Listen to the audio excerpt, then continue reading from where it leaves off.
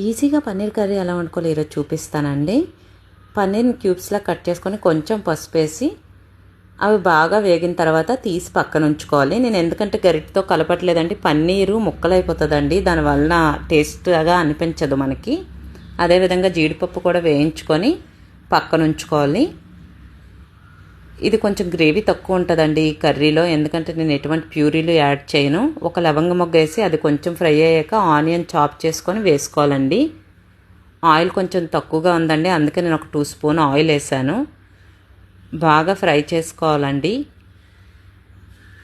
Taste చాలా బాగుంటుందండి, ఇన్స్టెంట్గా కూడా అయిపోతుంది ఈ కర్రీ. ఒకసారి ట్రై చేసి చూడండి. ఇలా బాగా ఫ్రై అయిన తర్వాత మీ టేస్ట్కి సరిపడా ఉప్పు, కారం, అల్లం వెల్లుల్లి పేస్ట్ వేసి అది పచ్చివాసన పోయినంత వరకు బాగా వేగనివ్వాలండి. కొంచెం పసుపు కూడా యాడ్ చేశానండి. గరం మసాలా యాడ్ చేసుకోవాలండి ఇందులో.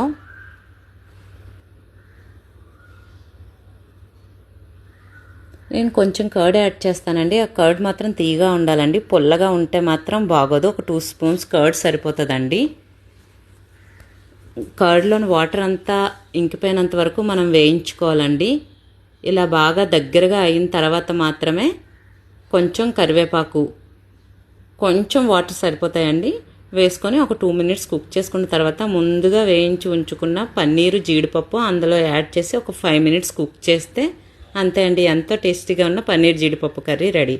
ఇలా ఒకసారి ట్రై చేసి చూడండి. Thank you so much.